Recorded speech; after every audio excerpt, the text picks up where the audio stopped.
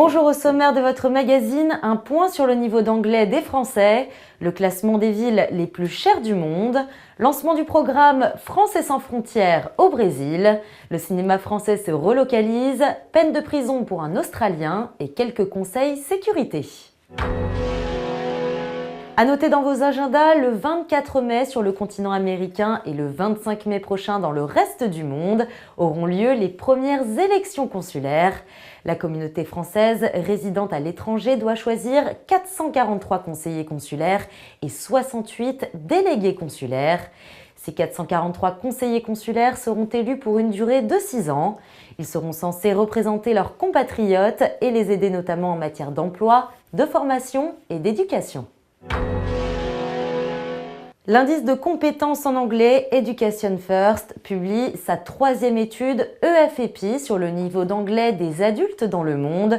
Gros coup dur pour la France, l'Hexagone est le pays de l'Union européenne qui affiche les plus faibles résultats en anglais, tandis que la plupart des autres pays européens ont plutôt tendance à s'améliorer.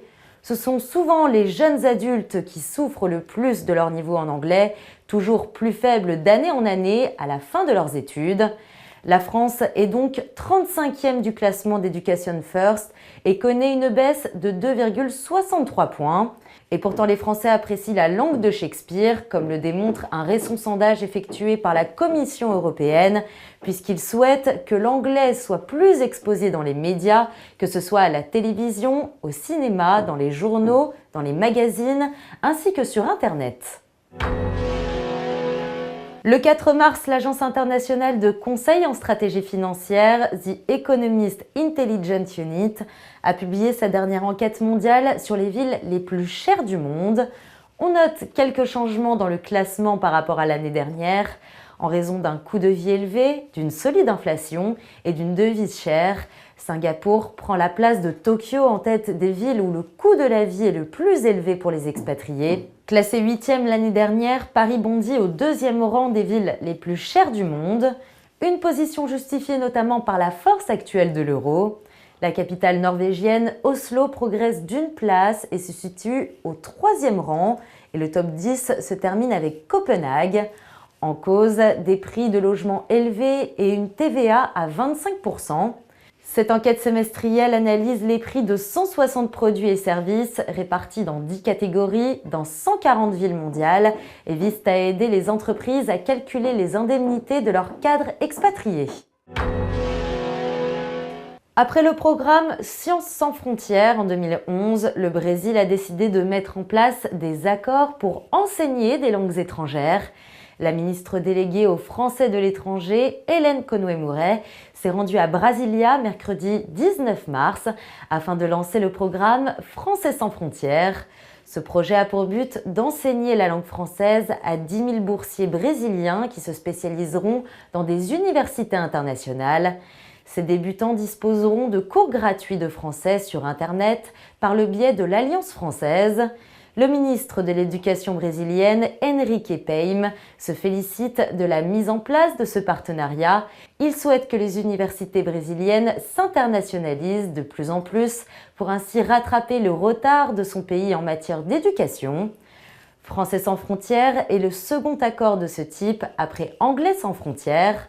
Selon le ministre brésilien de l'Éducation, le programme Espagne sans frontières devrait suivre prochainement.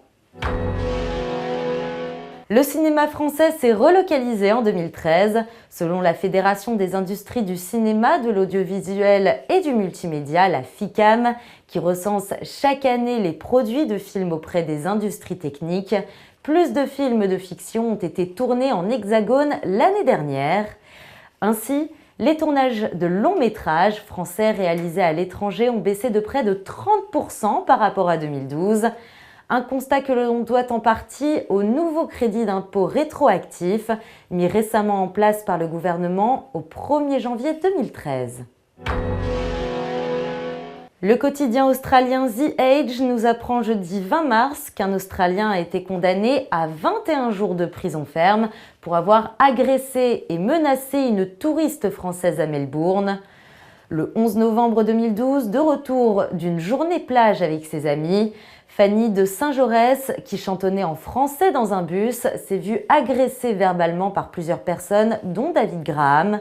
L'Australien lui aurait violemment rétorqué de parler anglais ou de mourir, tout en la menaçant de lui couper les seins. Cette agression filmée par un passager a été très largement partagée sur les réseaux sociaux. L'incident s'est produit un 11 novembre, jour du souvenir pour les pays du Commonwealth dont l'Australie fait partie. Cette fête commémore les soldats australiens morts au front, notamment en France. Et enfin, sur le site de France Diplomatie, il est conseillé aux Français de quitter la Crimée ou de ne pas s'y rendre.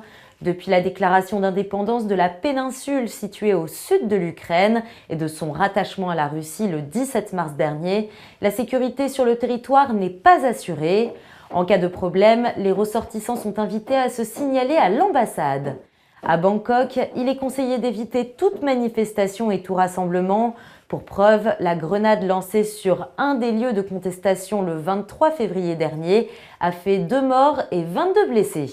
Retrouvez tous les conseils aux voyageurs par pays sur diplomatie.gouv.fr. Merci de nous avoir suivis, rendez-vous le mois prochain.